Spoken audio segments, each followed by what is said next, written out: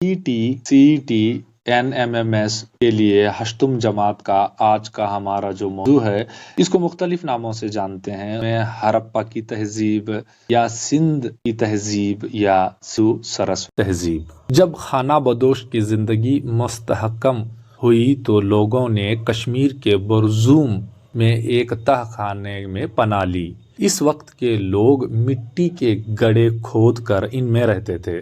بولان درہ کے زرخیز میدان کے قریب مہرگار یا مہرگڑھ کے نام سے ایک جگہ ہے جو ایران کے طرف جاتی ہے۔ مہرگار یا مہرگڑھ کے لوگوں نے جہاں پہلی بار جو اور گندم کی فصلوں کی کاشت کی اور بکریوں کی پرورش کا کام بھی سیکھا تھا۔ سندھ کی تہذیب قدیم ترین تہذیبوں میں سے ایک ہے۔ یہ مصر، میسوپوٹیمیا اور چین کی ہم اثر تہذیبیں تھی۔ 1856 میں سندھ میں ریلوے لائن بچھاتے وقت کچھ مہریں اور جلی ہوئی اینٹیں دریافت ہوئیں۔ ہندوستان کے آثار قدیمہ کے سروے کا محکمہ 1861 میں قائم کیا گیا تھا۔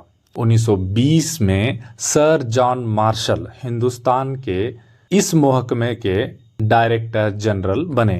1901 میں ڈاکٹر BR دیارام سہنی نے مغربی پنجاب کے مونٹگمری ضلع میں ہڑپا شہر کا دریافت کیا جو اب پاکستان میں یہ دریائے راوی کے کنارے واقع ہے۔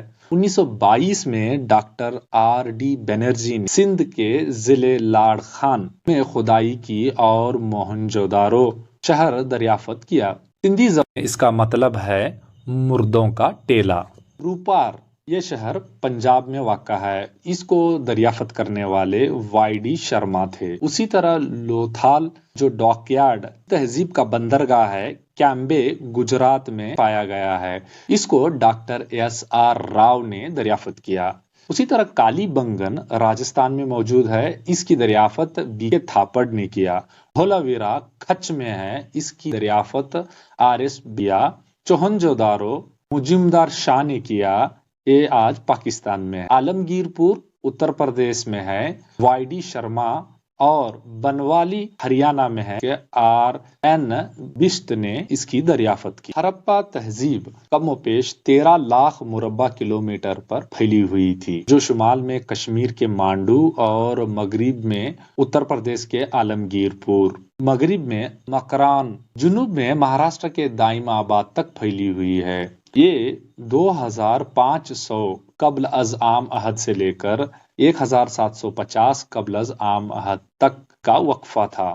اب سب سے بڑا اور دارالحکومت موہنجودارو اور ہرپا تھا۔ سب سے چھوٹا شہر اللہ الدینو اور بندرگاہی شہر لوتھال، ستگنڈرو اور بالاکوٹ۔ اب ان اہم شہر جو کن دریاؤں کے کنارے تھے؟ موہنجودارو دریائے راوی کے کنارے، ہرپا کالی بنگن گھاگھر کے کنارے، سرسوتی ندی کے کنارے، بنوالی، رن آف کچھ اور سرکوٹار۔ وادی سندھ کی تہذیب کے ہم اثر سلاطین میسوپوٹیمیا کی سومیرین، چائنا میں زیا خاندان، مصر میں پرانی اور وسطی سلاطین۔ ہرپا تہذیب ہندوستان میں پہلی شہرکاری یا فرسٹ اربنائزیشن ہے اور دوسری 16 مہاجنپداز ہیں۔ ٹاؤن پلاننگ یا شہری منصوبہ بندی سندھ کی تہذیب کا منفرد خصوصیت میں سے ایک اور واحد ہے۔ سندھو تہذیب شہری منصوبہ بندی ثابت کرتی ہے کہ وہ ایک اعلیٰ درجے کے مہذب اور ترقی یافتہ زندگی گزارتے تھے۔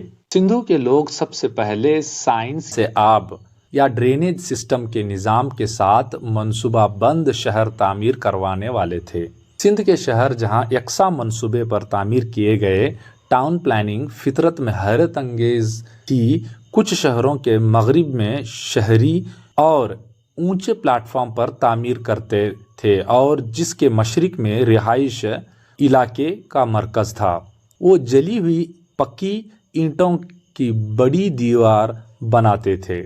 وہ گلیاں جہاں سیدھے اور ایک دوسرے کو صحیح زاویوں سے کاٹتے ہیں، وہ 13 سے 34 فٹ چوڑی تھی اور جہاں اچھی طرح سے قطاریں لگی ہوئی اور سڑکیں شہر کو مستطیل بلاکس میں تقسیم کرتی تھی۔ ماہر آثار قدیمہ نے وقفے سے گلیوں میں لیمپ پوسٹ یا گلی کے کمکموں کے دریافت کی، جس سے یہ پتہ چلتا ہے کہ اسٹریٹ لائٹس کا وجود تھا۔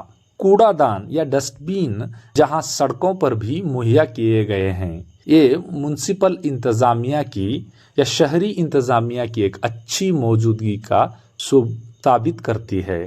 تہذیب نمایاں خصوصیت یہ ہے کہ شہر کو ایک بہترین بند نکاس آب کا نظام ڈرینیج سسٹم فراہم کیا گیا تھا جو عوامی نکاس کے آب سے منسلک تھا۔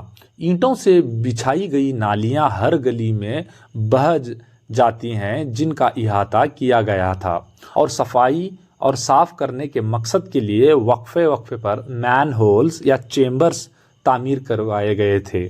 کوربیلڈ یا پتھر کے چھتوں سے اینٹوں کا پلیج تعمیر کیا گیا تھا۔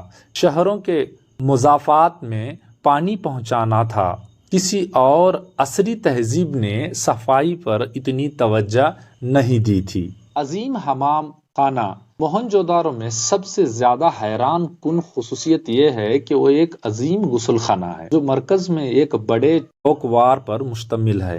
ایک عظیم تیراکی حوض ہے جس میں گیلری کے باقیات ابھی بھی باقی ہیں۔ مرکز میں چاروں طرف کمرے ہیں۔ یہ تیراکی حوض 39 فیٹ لمبا، 23 فیٹ چوڑا اور 8 فیٹ گہرا ہے۔ اس کے دونوں سروں پر سیڑھیاں ہیں اور اس کو کنویں کے ذریعے سے پانی مہیا کیا جاتا تھا۔ غالب گمان ہے کہ اکثر عمائدین خاص موقعوں پر اس حوض میں غسل کیا کرتے تھے۔ موہنجودارو، ہرپا، لوتھال، ان شہروں میں اناج کے گودام یا ذخیرہ خانے دستیاب تھے۔ موہنجودارو کی سب سے بڑی عمارت ایک اناج کا گودام یا غلہ خانہ ہے جو 45.71 میٹر لمبی، 15.23 میٹر چوڑی ہے۔ کالی بنگن کے جنوبی حصے میں اینٹوں کے چبوترے بھی پائے گئے ہیں۔ ان اناج کو محفوظ طریقے سے ذخیرہ کیا گیا تھا جو ممکنہ طور پر ہنگامی حالت میں استعمال ہونے کے لیے ریونیو اسٹور ہاؤس کے طور پر جمع کیے گئے تھے۔